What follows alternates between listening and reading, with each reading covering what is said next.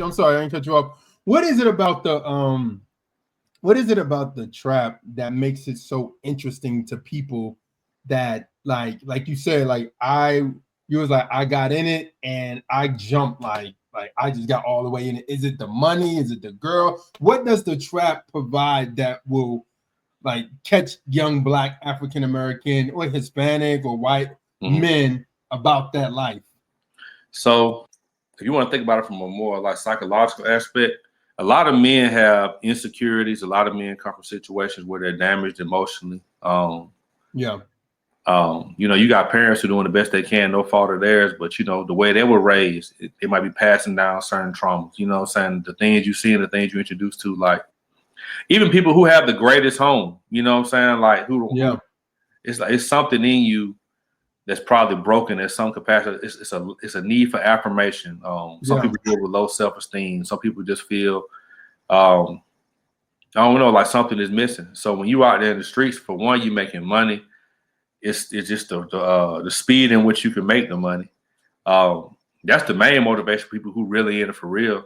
And then things come along with it, like popularity and money and the opportunity to buy certain things. But for me, I never really was in it. That's how my name was Plain James. I did some stunting here and there. I wasn't just always just super low key, you know what I'm saying? But I wasn't as flamboyant and showing off like my counterparts, so I was more low key. I was like, I'm trying to make money. I'm not trying to let everybody know I'm making money. Yeah. But I think that's the draw. I think if you got somebody who got low self-esteem, you got somebody who come from a situation where they don't have much, you got somebody who just have anything broken or damaged from them mentally or emotionally, and then you live going to this lifestyle where it seems as if you can obtain everything that your heart desires, not spiritually, but tangibly. You start looking at it like, man, it's worth the risk. And is the money really that good? Like honestly, I mean, I guess it depends on what you're doing. But from like a local dope boy standing on the corner getting it, is it really like? Cause I remember one time I heard a guy say, he's like, man, really, it's really minimum wage. You really making minimum wage in a day, though. You know what I'm saying? Versus like over 2 weeks you get the check and then but you're really making minimum wage. You know what I'm saying?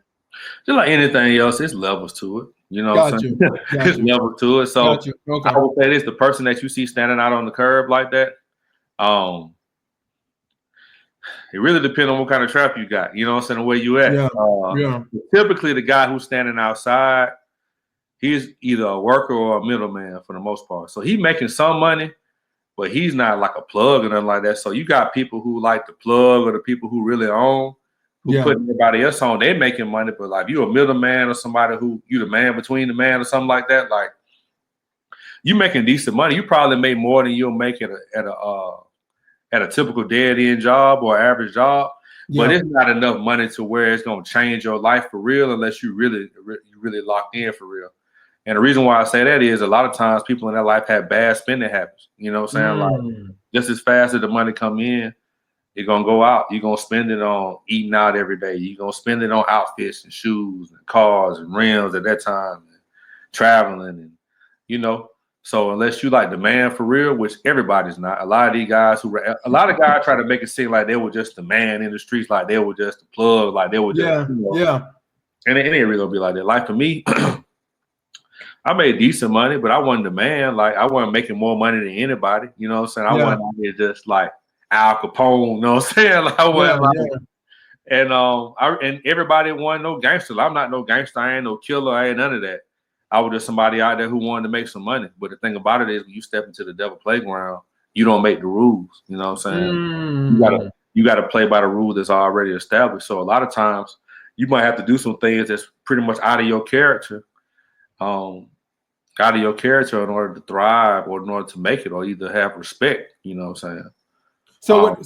So what is it to somebody that's like you saying the devil's playground? What does that look like? What is the rules that's already set that people that, and I'm not trying to like negotiate, but my thing is I want people to hear I think the hip hop world does a great job at glamorizing it, right? But I want the hard truths. I want you to tell somebody who may come across this and be like the hard truths about the trap that they don't tell you on rap songs. They don't show you in movies and You know what I mean? What's the playing in the devil's playground? What does that look like? You know what I mean? All right. So you in this area. It's an area, compact area, your neighborhood, your community, whatever. Everybody's competing, trying to be the top guy. Everybody's trying to make money. Everybody has a small mentality of, I'm just worried about me. I don't care about nobody else. So what happens is that breeds jealousy, that breeds unhealthy competition, that breeds violence. People getting robbed, people getting killed. You name it. Anything that jealousy, greed, selfishness, at the root of every sin is selfishness. So selfishness, greed, you name it, all that's going to be involved. Even if you're the most laid back, chill dude, think you're going to eventually somebody going to look at you, they're going to want what you got. Like it's a dog eat dog world. So when you look at these songs and these videos and they glamorize and you seeing the change, you see this and that, you're looking at somebody, they're really in the streets for real. They don't have no peace of mind. Every time they step out their house, they don't know what's next. They don't know if the police coming to get them. You don't know if somebody coming to try to rob you. You don't know if somebody trying to come kill you. You just don't know. Like you might be going to drop something off. You could be pulled over and then that's your future. You know what I'm saying? You might be trying to make a little play, make a move here and there. And the person that you're trying to make a move with might want your money and the dope. You know what I'm saying? Like it's just a lot. It's just a lot of uncertainty. There's no stability. There's no peace of mind in that. And so they make it seem like they just living their life doing this and doing that. But most of the time, like it's a paranoid lifestyle. Like it ain't nothing cool about it for real. You know what I'm saying? You don't have no peace of mind. And like we talked about, the money that you get most of the time, unless you really locked in and you really, you know what I'm saying? Unless you really trying to get after it, you know what I'm saying? Like the money ain't really worth it. But as we all know, they say, well, more money come more problems. The more money you got, more eyes on you. You know what I'm saying? More jealousy. So it's like it's levels.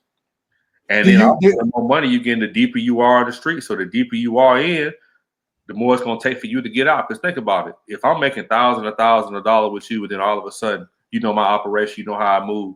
And then you come and tell me like, hey, man, I'm done, man. I don't feel like doing it no more. But you know all my dirt. You know everything I got going on. I don't know if you don't got stopped by the police or I don't know if you snitching. I don't know what's up. So I feel uncomfortable. So you think I'm going to just let you just walk the streets and just, nah. You know what I'm saying? So it's stuff you got to think about. The deeper you in, the harder it is to get out. And that's what I saw. So I always try to keep myself at a certain level where folks were like, man, turn up, man. You can get more money than what you get. And I was like, man, I'm straight. Which really was God dealing with me then, really showing me like, man, this ain't even the life for you for real. You ain't even all the way in like that. You halfway. And that's the way to get hurt for real too. You halfway in. You know what I'm saying?